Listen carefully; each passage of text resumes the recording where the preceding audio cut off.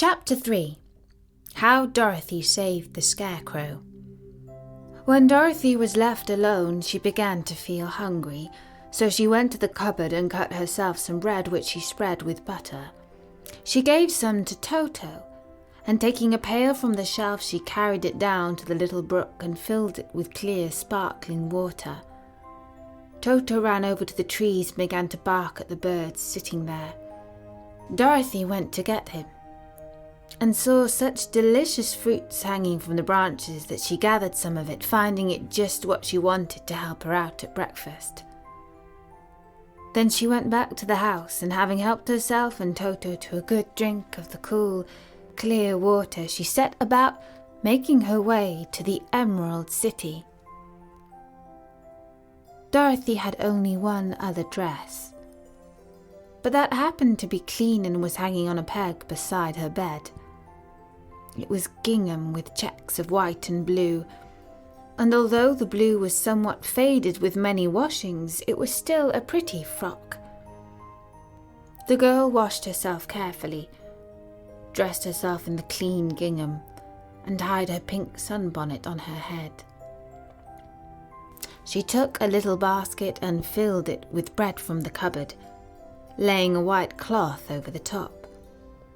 Then she looked down at her feet and noticed how old and worn her shoes were. "They surely will never do for a long journey, Toto," she said. And Toto looked up into her face with his little black eyes and wagged his tail to show he knew what she meant. At that moment, Dorothy saw lying on the table the silver shoes that had belonged to the Witch of the East. "I wonder if they will fit me," she said to Toto. "They will be just the thing to take a long walk in, for they could not wear out." She took off her leather shoes and tied on the silver ones, which fitted her as well as if they had been made for her. Finally, she picked up her basket. "Come along, Toto," she said. "We will go to the Emerald City and ask the Great Oz how to get back to Kansas again." She closed the door, locked it, and put the key carefully in the pocket of her dress. And so, with Toto trotting along soberly behind her, she started on her journey. There were several roads nearby, but it did not take her long to find the one paved with yellow bricks. Within a short time she was walking briskly toward the Emerald City, her silver shoes tinkling merrily on the hard yellow road bed. The sun shone bright and the birds sang sweetly, and Dorothy did not feel nearly so bad as you might think a little girl who had been suddenly whisked away from her own country and set down in the midst of a strange land. She was surprised as she walked along to see how pretty the country was about her. There were neat fences at the side of the road, painted a dainty blue colour, and beyond them were fields of grain and vegetables in abundance. Evidently the Munchkins were good farmers and able to raise large crops. Once in a while she would pass a house, and the people came out to look at her and bow low as she went by, for everyone knew she had the means of destroying the wicked witch and setting them free from bondage. The house of the Munchkins were odd-looking dwellings, for each was round with a big dome for a roof. All were painted blue, for in this country of the East, blue was the favourite colour. Toward evening, when Dorothy was tired with her long walk and began to wonder where she should pass the night, she came to a house rather larger than the rest.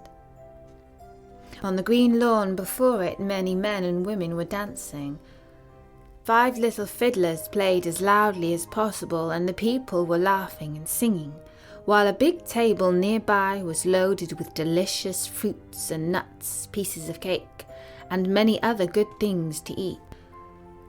The people greeted Dorothy kindly and invited her to supper and to pass the night with them, for this was the home of one of the richest Munchkins in the land, and his friends were gathered with him to celebrate their freedom from the bondage of the wicked witch.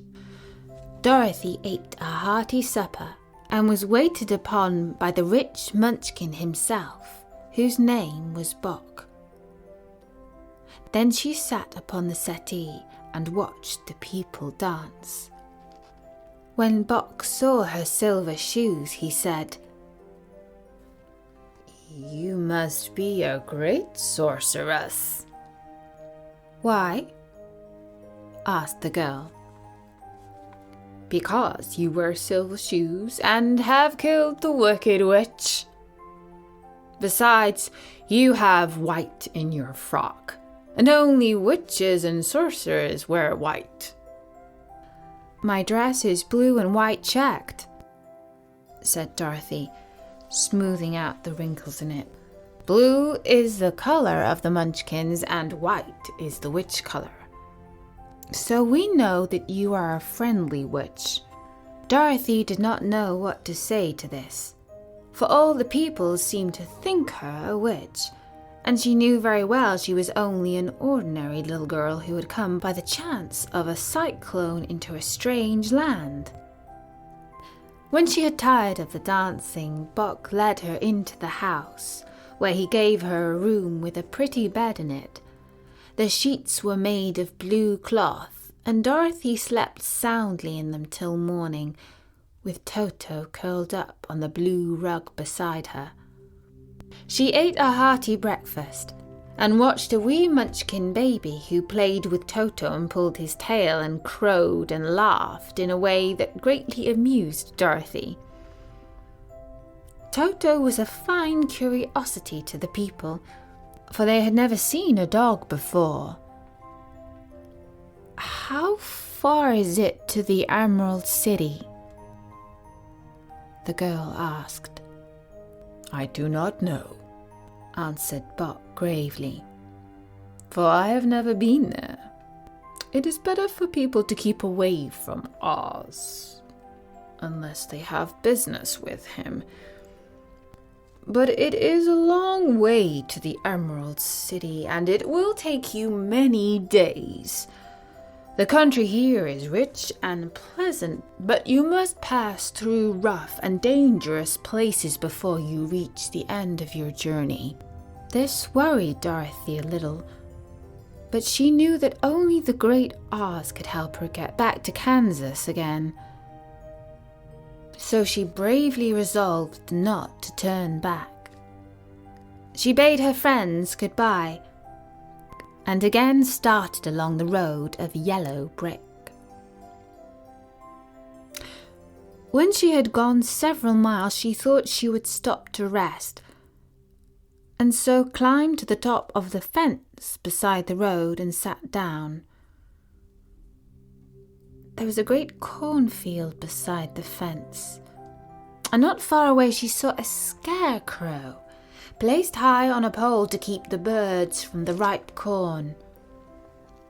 Dorothy leaned her chin upon her hand and gazed thoughtfully at the scarecrow.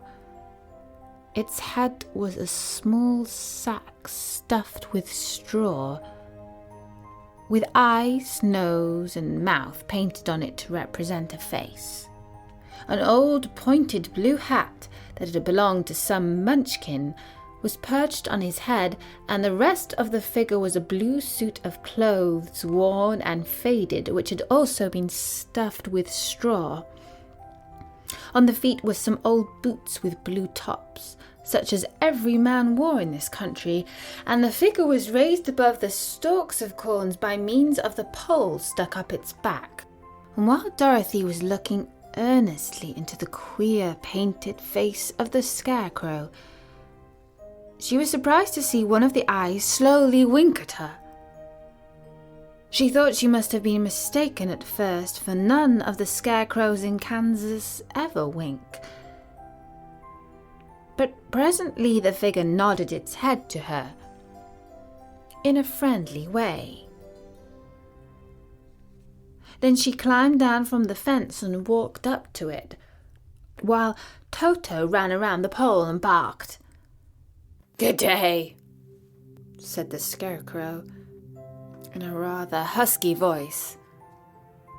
"Did you speak?" asked the girl in wonder. Certainly, answered the Scarecrow. How do you do? I'm pretty well, thank you, replied Dorothy politely. How do you do?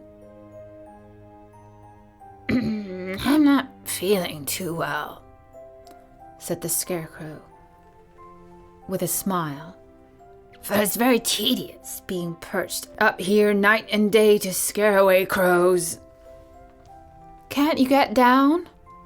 No, for this pole is stuck up my back. If you'll please take away the pole, I shall be greatly obliged to you. Dorothy reached up both arms and lifted the figure of the pole. For being stuffed with straw, it was quite light. Thank you very much, said the Scarecrow when he had been set down on the ground. I feel like a new man. Dorothy was puzzled at this, for it sounded queer to hear a stuffed man speak and to see him bow and walk along beside her. Who are you? asked the Scarecrow when he had stretched himself and yawned. And where are you going? My name is Dorothy, said the girl, and I am going to the Emerald City to ask the Great Oz if he will send me back to Kansas. Where is the Emerald City? He inquired. And who is Oz? Why, don't you know? She returned in surprise. No, indeed. I don't know anything. You see, I'm stuffed, so I have no brains at all, he answered sadly. Oh, said Dorothy. I'm awfully sorry for you.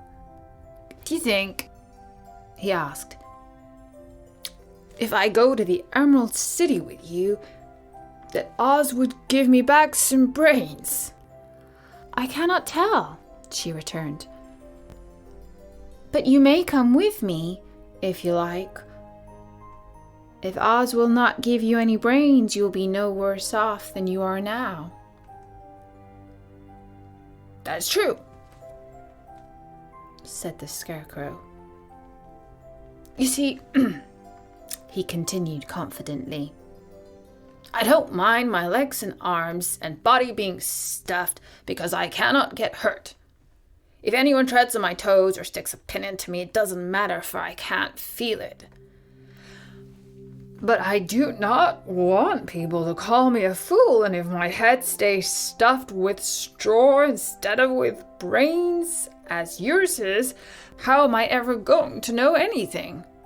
I understand how you must feel, said the little girl, who was truly sorry for him. If you'll come with me, I'll ask Oz to do all he can for you. Thank you, he answered gratefully. They walked back to the road. Dorothy helped him over the fence, and they started along the path of yellow brick for the Emerald City. Toto did not like this addition to the party at first.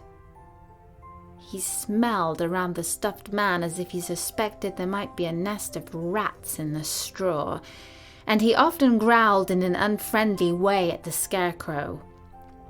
Don't mind Toto, said Dorothy to her new friend. He never bites. Oh, I'm not afraid, replied the Scarecrow. He can't hurt the straw. Do let me carry that basket for you. I shall not mind it, for I can't get tired. I'll tell you a secret, he continued as he walked along. There's only one thing in the world I'm afraid of. What is that? asked Dorothy. The Munchkin firma that made you? No, answered the Scarecrow. It's a lighted match.